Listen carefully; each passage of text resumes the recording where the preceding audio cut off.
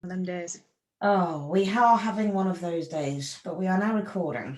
So, hi guys, we are recording, and I'm not going to cut off this first bit because basically me and Lucy are having one of those days, and I think it's really exciting to actually talk about having those days and not actually cut off some of the things that we do talk about. So, I have got Lucy. She is one of my clients, as you all well know. She's been with me for forever now. Can't seem to get rid of her. But it's one of those things. But she's a very enjoyable client to have around. We've gone through thick, thin, gaining, losing, photo shoot, regaining, different training cycles, and now we are actually taking off the focus of going on training cycles and the idea of competing and things like that for the moment, because we need to focus on health as an entirety. And this is the reason as to why we are doing this podcast on Don't Fear the Weight, because of the simple fact that so many people are now actually not taking into account health parameters and what training actually does to you systemically. So this is the reason why we wanted to talk about it and make people a little bit more aware about what actually can happen in the industry and what can happen to you on a fitness journey, realistically. I mean, to be honest, I hate that bloody word of, being on a fitness journey, because it's like you either want to be fit or you don't, realistically, isn't it? Because there's a lot of people out there who are actual couch potatoes, but they enjoy being couch potatoes. So you don't call that a potato journey, do you? No, but I actually would disagree with that, because it's an evolving process. It's not just you go from A to B, do you? It's constantly changing. It is a journey. It's not you don't just reach an end destination and then go, well, I'm done now. Some people Why do. can't we That's call a it a lie. fitness process then instead of a fitness journey? We can if you want. Hashtag fitness process. It just doesn't sound as sexy, does it? Let's be real. I think it does. And I'm going to create that hashtag. Hashtag fitness process. Because it's a process, not a journey. You're not going anywhere. If I'm going on a journey, I want to go to Machu Picchu. It's a metaphorical journey. Well, don't like metaphors. Right, anyway, so first off, let's have a bit of a catch up. So how are you doing first off? Yeah, not too bad. As good as it gets during lockdown life. It's been one of those days though where stuff's just gone, not wrong. You started off, nice little to-do list. This is all right. Nice day ahead. First thing, I've got my days wrong for this training thing I was meant to do this morning. So I was like, oh, brilliant. That gives me more time. And then stuff's just piled on my to-do list. And now I don't have enough tick boxes on my to-do list planner thing. You have a planner. That's very cool. Yeah, everyone should have one of these. Home Bargains, about £4. A game changer. Oh, things to do today. Very good. See, I've just got a diary. Yeah, no, I've got a diary as well, because a diary's different to a to-do list. A diary's, you have this at this time, and that's at that time. A to-do list is a to-do list. Okay. My diary actually has like a full A4 page of things to do per time, but then I've actually got a little column that says things to do, special events and occasions to remember. It's quite a good little diary. So yeah, I mean, it's full. It's full and it's full. I mean, I've got lots of fucking things on my desk at the moment. I really need to make sure and tidy it up. But talk about a bit of a plug. Look what I have on my desk. Oh, wow. That's nice. Where'd you get that from?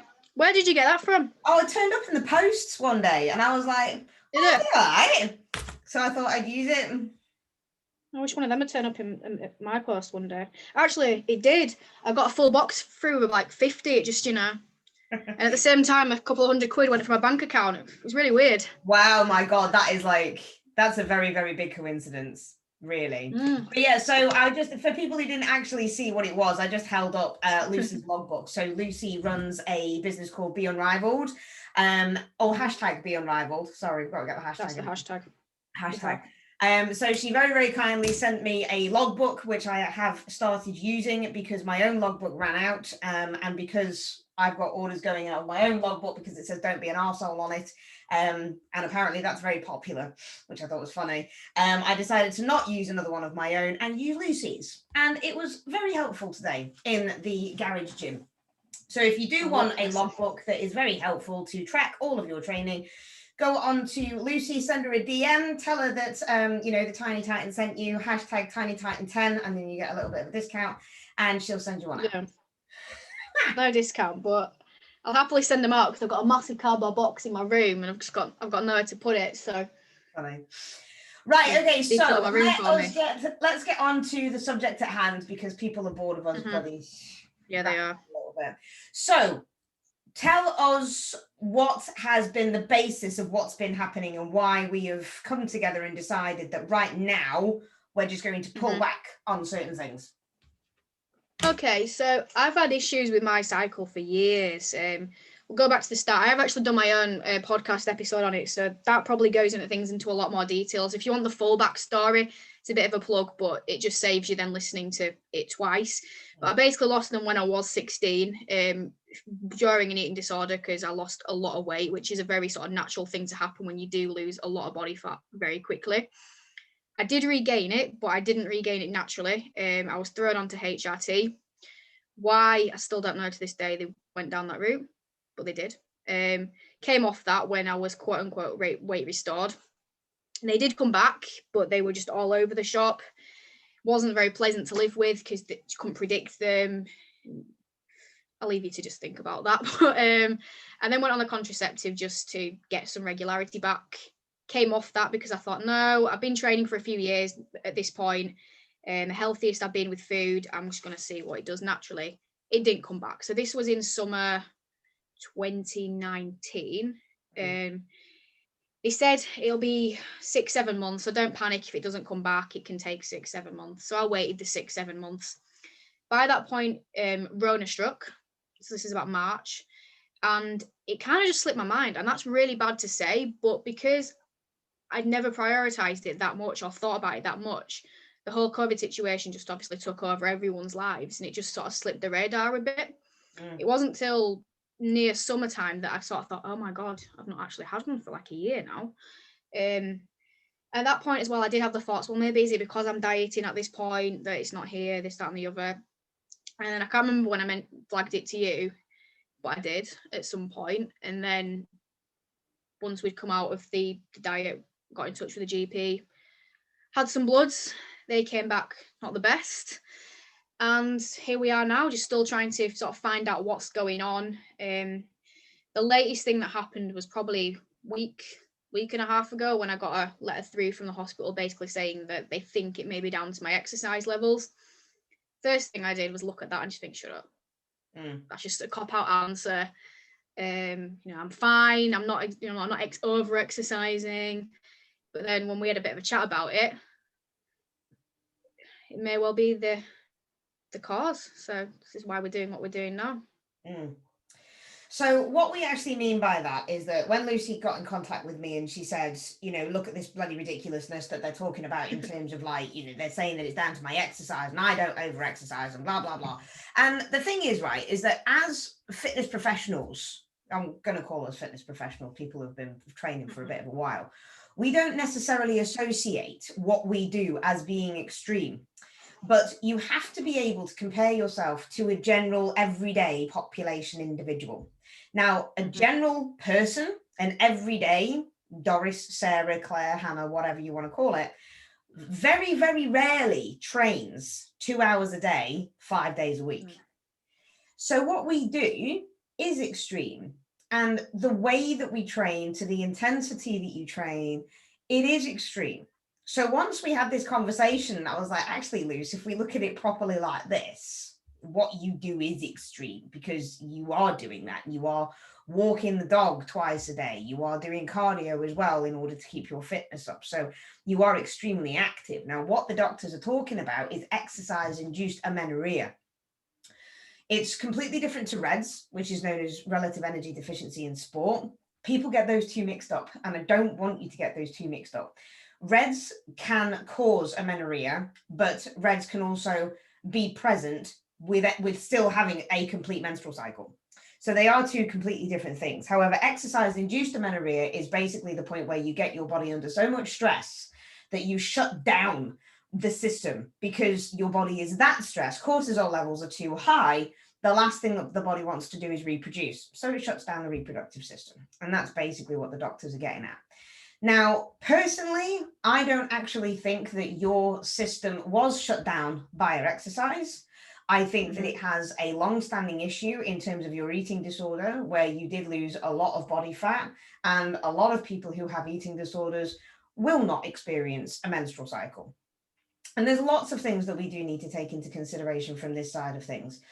But basically, cutting a long story short, we need to be able to prioritize your health. So we did have a long discussion, and we did come to the decision that it was going to be more adult to actually say, do you know what? It's probably best taking a step back now for a little while, as opposed to, because how old are you now? You're 22? 22, yeah. 22. See, right. You know me too well. It's better to take off time now when you're 22, because if you want families and that in the future, if you just keep on going the way that you are doing, you're going to decrease your chances of having a family, you know, before you're 30 and that kind of thing. So we made the decision to basically cut back on everything. If we did decide realistically that there was absolutely no point in actually taking out exercise altogether immediately, because that's going to mess with your mental health. And in order to be extremely healthy, we need to take a holistic overview. Hence the reason why we said we're just going to train every 3 days. We're not going to take everything extreme. We're not going to take anything to failure. We are going to reduce the intensity, reduce the volume, reduce the amount of sets and weights that you do. And it's going to be boring as shit. But at least you're going to be able to keep your mentality on point by still doing what you love every 3 days.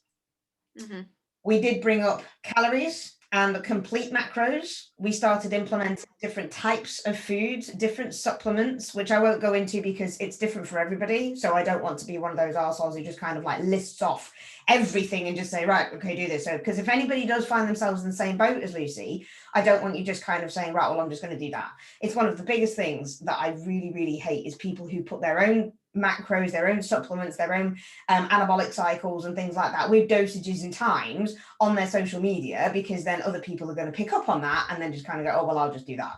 And it's not the case. Everybody is very, very, very different, and everybody has to be treated differently. So that's why I'm not going to go into it to that point. But talking about your training, what has happened over the last 2 weeks with your training based on what I've obviously just said?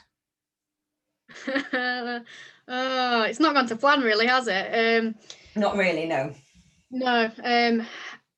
I knew I loved training, but I didn't realize how much I was probably emotionally attached to training till probably a couple of days ago. So we said we're going to bring things down, tape things down. So you had a little play around with my training plan, because I can't even train shoulders or push anyway, because I'm injured there. So it's limited what I can do anyway. So you brought it down. So like, right, that's fine. I even wrote it in my logbook, and I have wrote it on every single page. Just don't train to failure, or don't be an idiot. I've literally got it in massive capital letters, and every single session so far, pretty much within at least 70% of it, I have. And it's a really, really strange thing, because I'm telling myself, don't do it. Just leave some, you'll be fine. And then when you get into it, it's like an automatic response just to keep going. And then I'll stop and I'll just be like, what the hell? Why'd you do that for? Don't do that in the next set. The next set comes, and then it happens. And I get to the end of it, and it's strange, because then I should feel like really hyped, because like, oh, it was a great session. But it shouldn't have been, because I shouldn't have done that. And then the one where I did pull it back a little bit, I just walked out of it and just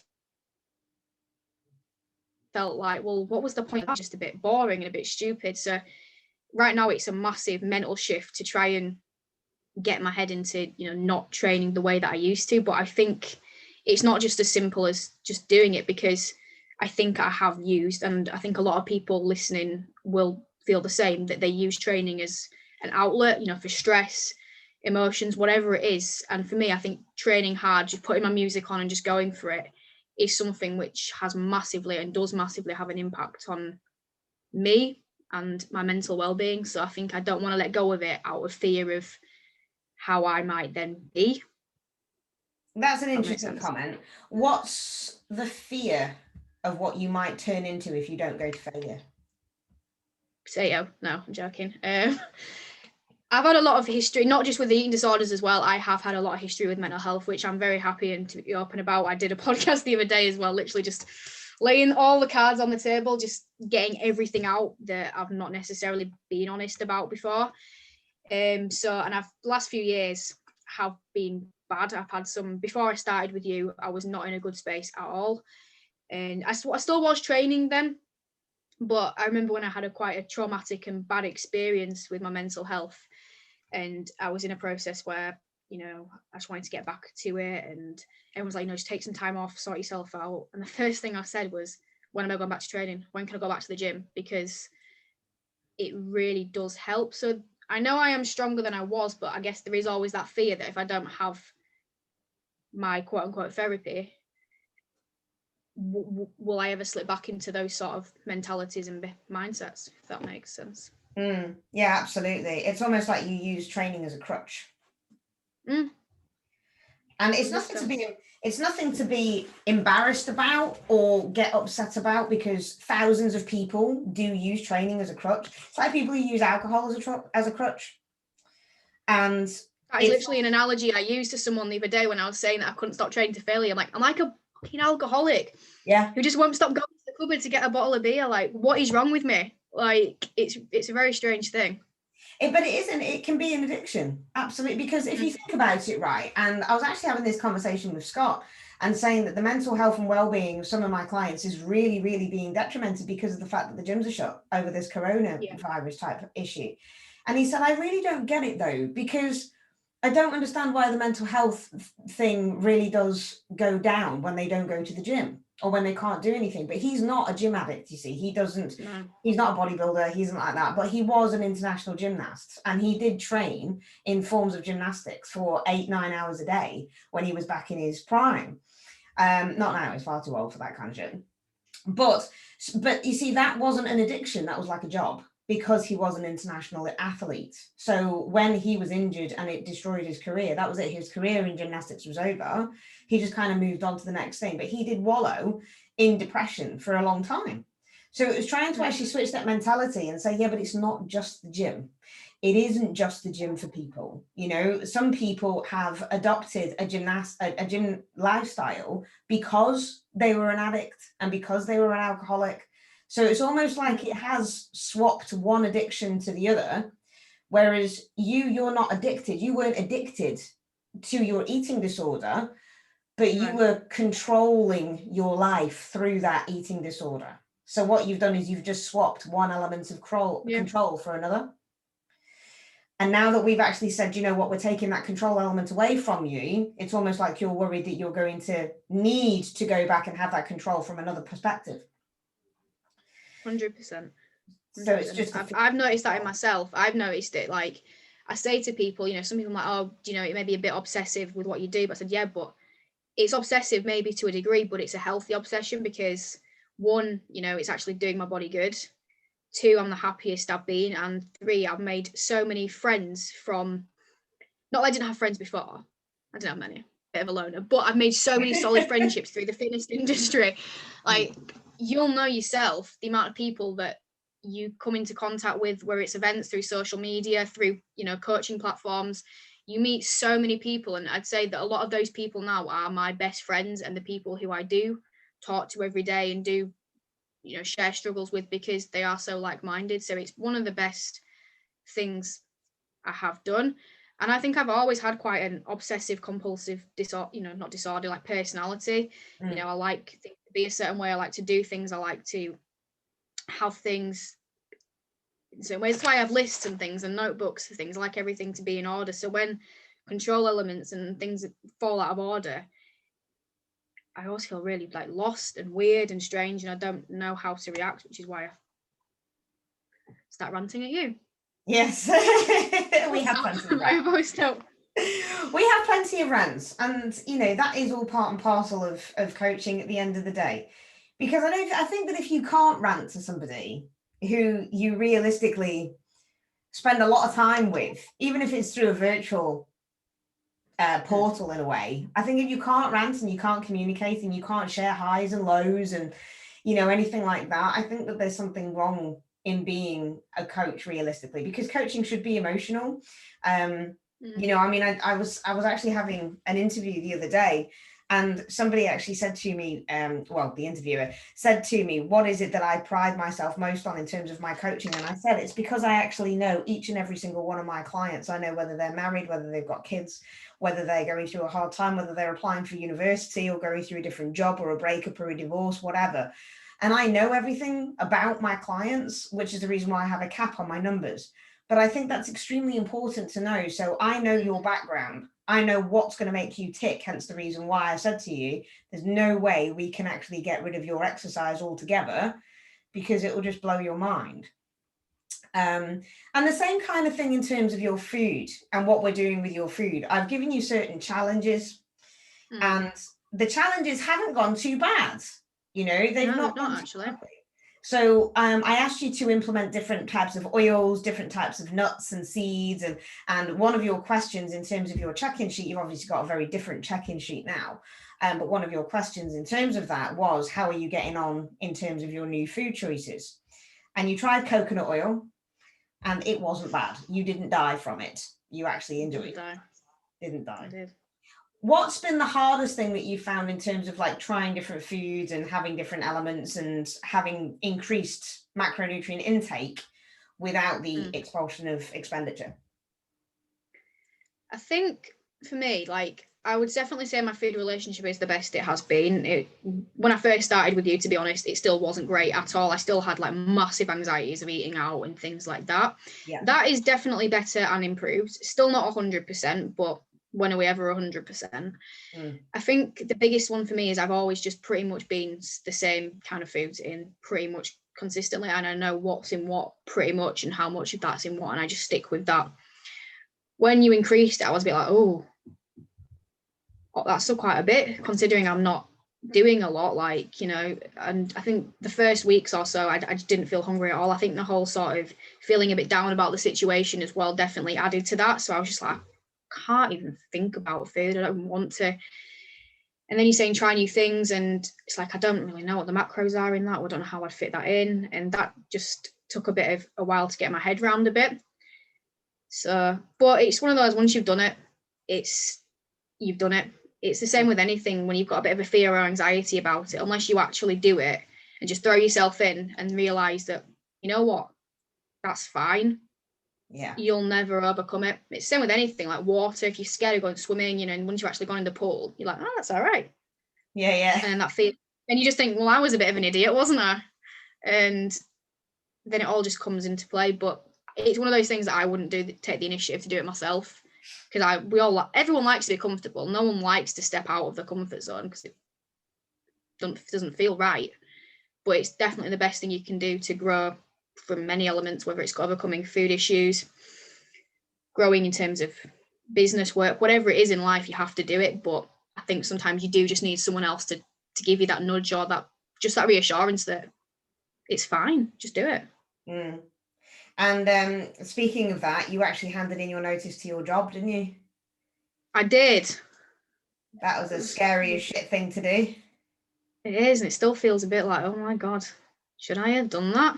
So I wasn't planning on doing it. Yeah, it is. It's I wasn't planning on doing it till the end of the year. It was my goal for when I was talking to one of my business mentors, like back end of last year. I was saying to him, this is sort of what I'd made a roadmap for what I wanted to achieve. And I said, yeah, I want to do it for by Christmas. That'd be really cool to just, you know, I've narrowed it down to just 2 streams of income, which is all self-employed.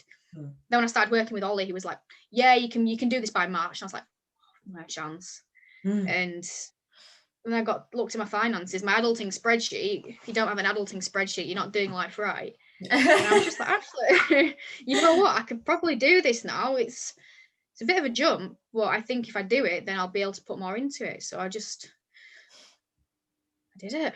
And I have to say, that's a big, huge kudos and a big pat on the back for you, because not only are you actually dealing with a lot of lifestyle changes in terms of not training as much as that you were doing, you're having different foods, I'm giving you different challenges to hit every single week in terms of trying different foods, and even down to certain brands, you know. But not only that, but you've actually taken a huge leap in changing the way that you look towards your business. And that's a lot for anybody to deal with, let alone somebody who's trying to deal with making sure that their health is on point, and which, you know, trying to obviously improve their health so much so. So a big congratulations to you on that one. I just wanted to obviously put Thank that you. one out there for you, because you do deserve that kudos at the end of the day. Getting back to the health parameters. So I made you take some bloods. I made you go to the doctors and obviously get some bloods done. You did. And that is one of the biggest things that I do with all of my clients if they are showing any kind of signs or symptoms or things that are going wrong, is we go and get some bloods done. Because if you do not know what's going on under the hood, how on earth can you put anything on top of the bonnet to try and fix it? You know, it just isn't working. All you're going to be doing is covering things up. So your bloods came back, and what did they actually show? I'm going to actually flag this as well, because I think it's important for people to listen to, because what has actually been really nice from me sharing it is I've actually had a few messages of people saying, you know, you've inspired me to go sort myself out and go get some tests and stuff. And what I've said to them is what I've said on my podcast, and what I want to say here is, if you do go get them, bloody get asked to get them. Because when I had the call, because, you know, it was when COVID was still, well, it's still bad, but you don't go in properly. So they phoned me and said, yeah, your results are back, because they did it over the course of 2 weeks, because obviously your cycle's over a month, so they did 2 weeks, one lot, 2 weeks, another lot.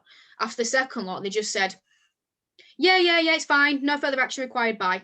Now, sat in Starbucks car park, like, well, that's great, what do I do now? So I texted you, obviously, and you were like, go get them. So I did, sent you them, and you were just like, okay, they're not normal. So I had to then ring back myself, get my Karen mode on and be like, excuse me, this isn't okay. I don't like being like that, but you have to be. And I think it's actually quite sad that you do have to be like that and pushy to get your health sorted. But here's what it is. But it is an annoyance. But just to obviously reiterate why I said go and get them, because I'm a nurse, so I can interpret bloods. I know how bloods look. And when the GPs do your bloods, they look at your past history. And I was the same. I've been amenorrheic for about 7 years. And I was the same. And every time I had my hormonal bloods done, it's fucking ridiculous, because I have to have them every 6 to 12 months. And they always come back and it says normal, no action. And basically my blood parameters, which is the same as yours was slightly higher. Yours weren't as bad or detrimental as mine, just because I'd been amenorrheic for longer. But it basically transpired that I had less hormones, female hormones, estrogen, progesterone, than a post-menopausal woman. So it was lower than that. So basically it just transpired that I was completely and utterly shut down. Now, yours wasn't quite at that limit, but your estrogen levels and your progesterone levels and your prolactin levels were extremely low, and lower than the parameters than they should have been. Now, the reason why the doctors just turn around and say it's normal, no action, is because you are on their system as amenorrheic.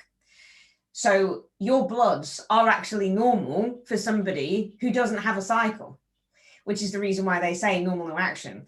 But like Lucy said, this is the reason why you interpret them, or you have somebody to interpret them for you. And then you can phone up and say, actually, excuse me, I'm 22 years old and I have no more hormones than a postmenopausal woman. Or the fact is that I'm showing symptoms of menopause. This is not normal. How dare you say normal, no action? I need to get investigated. And it's only after that they kind of took you seriously and were like, oh, okay, maybe we best do something about it, you know, because that isn't actually normal for a 22-year-old girl. So that's what happened, wasn't it? So you had to go and get sent for a DEXA scan, which is not to monitor your body fat, by the way. She didn't go and say like, oh, I'm 19% body fat. It wasn't that. It's to check bone mineral density. It was. I actually had an ultrasound first, so that was don't even know, January, December. I've lost track. That one came back fine, but they said they couldn't actually see my ovaries from it. So I was like, fine. Then it was a DEXA, which they have actually got the results for. They told me that on the phone like the day before I sent that letter to you. But because they've referred me on to another consultant, it's like, we've got the results. Because we're referring you on to her, we can't send you them because she has to look at them. And I'm just like, okay. Well, that's really silly. So they're sat in a filing cabinet somewhere. I am seeing this new lady next Thursday, and hopefully will share those with me then. And then I guess it's just a case of they'll probably want to rule out a few other things. And we just go from there, because I know they like to do all of the ruling out. It's like when I lost them don't think I ever told you this, when I lost them the first time, when it was like pretty blatantly obvious that I'd lost them through the eating disorder, like it didn't take an idiot. They were like, we just want to check that you're not going through a brain tumor as well, so we'll go and waste the NHS's money and go put you through an MRI scan. And I was like, God. My dad's like, do you know how much they cost? Because he works at the NHS. I'm like, yes, I do. I feel bad because I know that it's going to come back fine, but I guess they got to cover the back with these things. Oh, absolutely. You know, I've been there, I've done that. They give you this really horrible injection that's full of dye, and it lights up your hypothalamus, and it basically shows up on the MRI whether or not you've got a nasty little growth growing on your hypothalamus, because that's what's, sorry, not hypothalamus, pituitary, because that's what's responsible for all of your hormone secretions. And of course, it came back negative because we are not arseholes. We know that we don't have a brain tumor. I mean, the bottom line is it's nice that obviously they're covering all of their bases within this time period. So, you know, great, we get a little MRI, but it's not the nicest period to go through at the end of the day. Boring. I just want to sit there. No, just lying there as well with the big headphones on and shit like that. Oh, it's just not fun. The ultrasounds that they check for is to see if your uterine lining is actually thickening, because if you do have a thickening of your uterine lining but you're not actually bleeding, they have to withdraw that blood, and which is actually specifically called a withdrawal bleed. Sounds delightful, doesn't it? But because your progesterone was very, very low, there was no reason for you to have a thickening of your uterine lining. So, you know, you were absolutely fine from there. But again, we played the game. We obviously went and gone and had all of the scans. And it's good to go and do that one, because if you do have a thick lining and it does stay there for a little bit longer than necessary, it can turn cancerous, and it's not very, very nice. So again, we discussed all of this before you even went to go and have all of these meds. So it's like I said, just go and have all of the appointments, just go and play the game, because you have to be seen to going through all of these hoops before they actually say, okay, do you know what, we're going to put you on some HRT, which I think is not gonna lie, it's nice to get out as well. It's nice to actually go somewhere. It's quite exciting. It's like, oh, it's not the supermarket, I'm going somewhere new. Oh, I look forward to it. I have to pay for parking and shit as well. It's like, God, this isn't oh nice. My dad's NHS, so he knows all the back streets where the free parking is. I don't pay for parking. Oh mate, I need to know your dad. It's terrible. I do know your dad, but I don't think I've ever actually met your dad in this entire thing. I know we've spoken on a couple of occasions on Facebook, just kind of going, yes, I agree, or no, I don't. But that's about it. But yeah, shout out to you get on very well, you know, similar age and that. So rude. Always the case. He always goes on at me about my age. I've got to throw it in every time. Every single time. But you know what? I'm going to actually play on my age a little bit, because I think that's what separates me quite a lot from other coaches out there, because I am a little bit more knowledgeable because I'm fucking old. So, and I think by having a little bit more savviness about me and saying, do you know what, let's adult and actually take your training system down because you want to have kids before you're 30 or at a future point in your life. I think that, again, is another adult thing that not a lot of people do have in their brain at 22 years old, because they just think that happens to them. No, it's about, because I think at this age, it's all about, you know, the here, the now. It can be quite easy to forget about 10, 15 years down the line, not even 5 years down the line. 5 years down the line, I could be like, you know what? I'm bored of this bodybuilding thing now. I'm just going to go do something else. I don't like it, don't want to do it. And if I've, you know, now thought, no, I'm going to be selfish and prioritize that, 5 years down the line, I don't want to do it anymore, get into a relationship or whatever, can't have kids or whatever, then it's like, well, that wasn't worth it. I've screwed up the rest of my future possibly here for something very important to me because I was wanting to do bodybuilding, which when you look at it like that, it sounds extreme, but I think you do have to look at it like that, because that will matter more in the long run. Absolutely. I totally agree with that one. And I think this is the whole reason as to why we're doing this podcast. I don't want to obviously bash on about it for too much longer, but it was just a bit of an insight into why we do need to prioritize health as fitness professionals and as fitness addicts. And we do need to take it very, very seriously. So if you are showing signs and symptoms of certain things, don't just put it on the back burner and ignore it. You know, do speak to your coach, or I mean, if you do have a coach, definitely speak to your coach about it. I think it's very, very important that you do that. If your coach is unsympathetic towards it, then I do really think that you have to have a major think about what it is that's important in your life. So I've got another client that we're going to have a chat with probably next week, and we did the exact same thing with him. So it is a male, and people will probably know who it is, but I made him go and take some bloods, and it transpired that his bloods were completely deranged. So he's actually had to take the decision to step back from professional bodybuilding and competing bodybuilding, and we have got to focus on his health at this point. So I am not one of these coaches who is literally just going to hold their hands up and say, I will only work with people who are going to get shiny trophies and give me nice transformation pictures on my Instagram. I don't give a shit about that. And no coach should. No coach should. All coaches should take their clients' emotions and health as a major priority. And I will stand by that forever, because you are not going to get an amazing transformation picture or an amazing trophy if your client is unhealthy physically and mentally more so. Because let's face it, when you get on a bodybuilding stage, you look at all of the Mr. and Mrs. Olympias and that kind of thing, mate, they're not healthy, you know. And even the coaches actually hold their hands up and say, I just want to kind of put it out there, this guy was not healthy, you know. He was, I mean, if you look at the Olympians, they're on drugs of all sorts, you know, they've had to diet themselves to a really low degree, and their natural production of hormones are through the floor. But the coaches will say they are not healthy. They may look good, but they're not healthy. But this is the reason why when they walk off stage, the primary focus is to get them as healthy as fucking possible. But if you have the chance to be healthy as an ox in off season, go and bloody do it. Do not take bloods for granted. If your coach asks you to go and get bloods, go and get them done. Ask the question as to why. Absolutely. You know, ask as many questions as you want. I've got loads of people who ask questions. And even though it may take more of my time to get their feedback all thorough, because I'm answering all those questions, I want them to ask questions. And, you know, Lucy's the same. I know that we ask questions back and forth, and you do take the time in terms of answering those questions efficiently. But that's what makes you a decent coach, no matter what parameter it is, because you're answering questions. Which leads us on very, very nicely to, if you do have any questions, obviously shoot us in the DMs and put it underneath 100%. The YouTube video.